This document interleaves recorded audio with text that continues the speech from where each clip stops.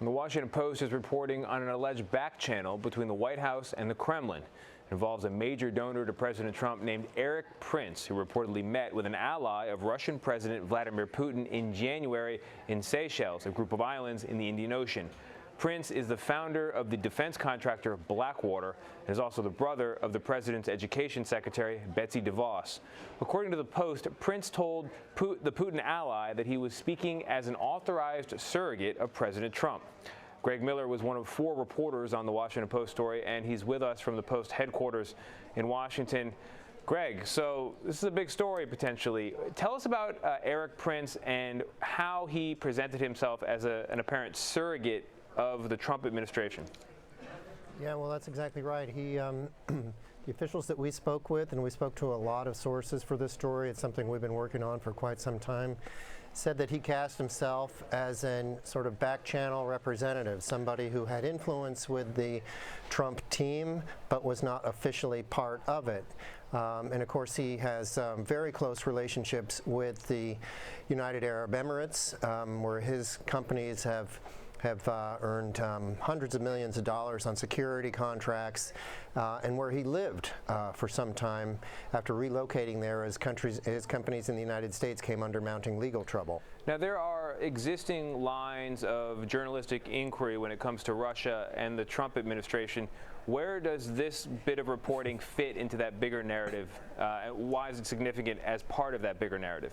I mean, I think that there's 2 things. One is this sort of fits into this web of unexplained contacts between Russia and associates of President Trump. And also, this is something that we learned that the FBI was scrutinizing. This meeting in the Seychelles is something that the FBI is looking at as part of a broader inquiry into Russia's interference in last year's election and into contacts and ties between Trump and Russia. And what is known about the person who helped arrange this meeting, the official from the United Arab Emirates? I mean, we're talking about the Crown Prince of the United Arab Emirates.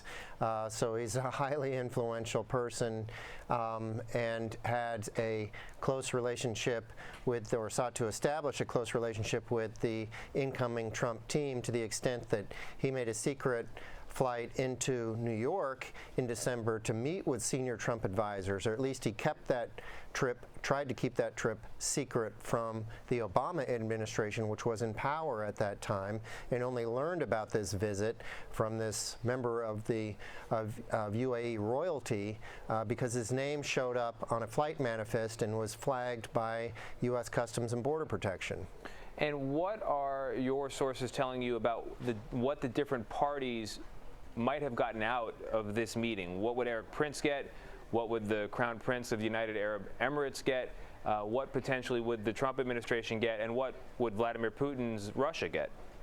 Well, so that's, yeah, there's a lot there. I have to say we don't know the full agenda for this meeting in the Seychelles, but we were told that one important item for discussion is actually an area of shared interest between the Trump administration and the United Arab Emirates. Both see Iran as a threat, both see Iran as an adversary, an enemy. Both really want to try to persuade Moscow to pull back, curtail its support to Iran.